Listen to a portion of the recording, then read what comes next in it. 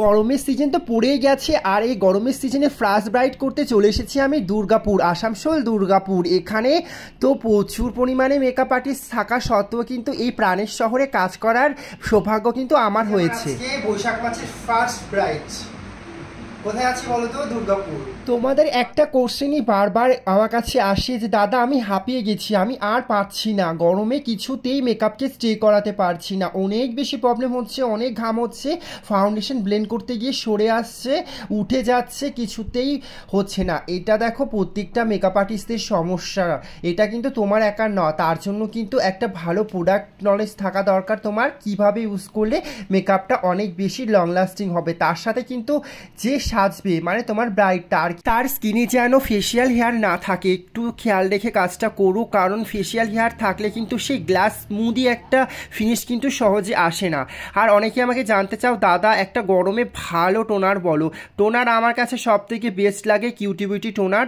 দেখো যারা নতুন কাজ শিখেছো তাদের কিন্তু গরমে কাজ করতে গিয়ে অনেক প্রবলেমের সম্মুখীন হতে হবে, কিন্তু মন খারাপ করে ভেঙে পড়লে চলবে না। দেখো তুমি বিগিনার আছো, তোমার এরকম ওঠা পড়া ভাঙা খারাপ কাজ ভালো কাজ মিলেই কিন্তু তোমার জার্নিটা শুরু হবে। তা বলে যে কাজ একটা খারাপ হয়েছে দেখে মন ভেঙে বসে থাকবো সেটা কিন্তু না। কাজ করতে করতে মানুষের এক্সপিরিয়েন্স যেমন বাড়ে কিন্তু সেরকম তোমার বাড়ে। সব থেকে একটা ইম্পর্টেন্ট কথা হলো কি বলো তো, যে তুমি যে কাজ করছো তা মানুষের কাছে পৌঁছানোর জন্য কিন্তু তোমাকেই ছুটতে হবে, অন্য কেউ কিন্তু তোমাকে ছুটে নিয়ে যাবে না।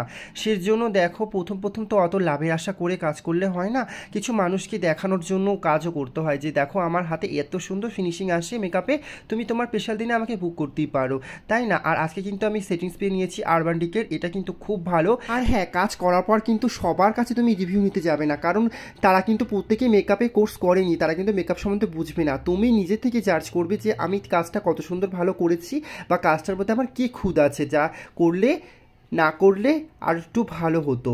বাই দ্য ওয়ে আমার ব্রাইড কিন্তু খুব তাড়াতাড়ি রেডি হয়ে গেছে, কলকাটা করেছে আমি একদম 00, একদম সুন্দর সূক্ষ্ম হাতে। আমার কিন্তু কলকার টান এইরকমই করি, আমি কিন্তু বড় কলকা করি না, আর যারা করে বড় টানের কলকা আমার কিন্তু ভালোই লাগে না, সত্যি কথা বলছি। আর আমার ব্রাইডের নামটা তোমরা আজকে তো জানোনি, আমার ব্রাইডের নাম হলো পূজা, মানে আমার বোনের নামও কিন্তু পূজা, ওর নামও পূজা। আমি গিয়ে বলেছি জানিস তো আমার বোনের নামও পূজা, মানে আমার কাকার মেয়ের নাম পূজা। আর ও বললো দাদা তাহলে তুমি আমাকে বোন বলেই ডাকবে। আমি বললাম ঠিক আছে বোন বলেই ডাকবো। তারপরে তো সাজানো হয়ে গেছে, তারপর ওর ভেনুতে নিয়ে এসেছি, ভেনুটা কি সুন্দর করে সাজিয়েছে। তারপর আমার বৃষ্টি ব্রাইডকে কেমন লাগছে বলো তো, শাড়ি পরানো থেকে হেয়ার স্টাইলটা কিন্তু একদম আলাদা করেছি। অনেকের একটা কোশ্চেন থাকে দাদা তুমি একই হেয়ারস্টাইল করো, একই হেয়ারস্টাইল করো, একই হেয়ারস্টাইল করো, একটু চেঞ্জ করো। হ্যাঁ, আমি সিজন অনুযায়ী কিন্তু আগামী দিনে অনেক আপডেট দেবো, একেবারে সব কিছু দেখালে হবে, ধীরে সুস্থে তো খেতে হবে, তাই না?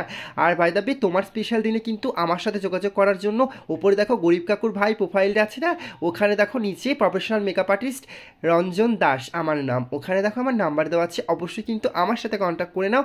আমি কিন্তু ওয়েস্ট বেঙ্গলের সমস্ত জায়গায় গিয়ে কাজ করি, তা যদি আমার বাজেট ফ্রেন্ডলি হয়। আর কেমন হয়েছে কলকাতা থেকে আই মেকআপ থেকে শুরু করে ফেস মেকআপ অবশ্যই কিন্তু একটা কমেন্ট করবে।